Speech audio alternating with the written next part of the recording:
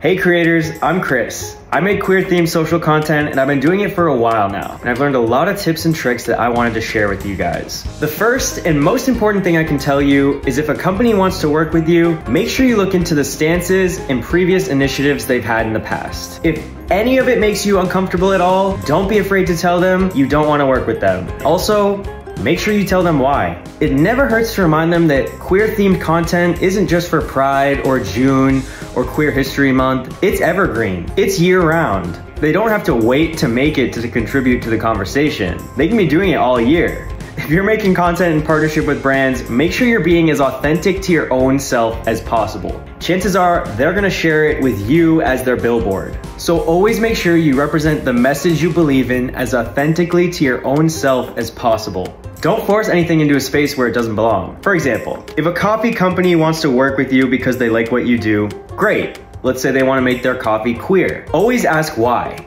What makes a service or product queer? And why should we be supporting them?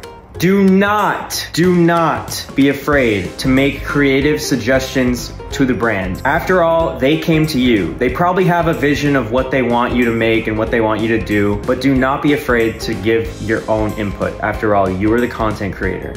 Remember to keep format in mind. Chances are they came to you because they like what you're doing. You won't need a full production team or anything like that. You can probably just make it with your camera and maybe a ring light like I'm using right now. If they want something more upscaled and higher production value, well, then it's probably gonna cost them more. Let their quality asks and budget dictate your production value. Never work for less than you think you're worth. And if you do, make sure you find your own value in it. If you're being asked to edit, make sure you limit the number of drafts to the cost. Industry standard is typically 2 edits. Put it in writing. Time is money, and editing takes time. If they want more, they're gonna have to pay more. It's perfectly fine.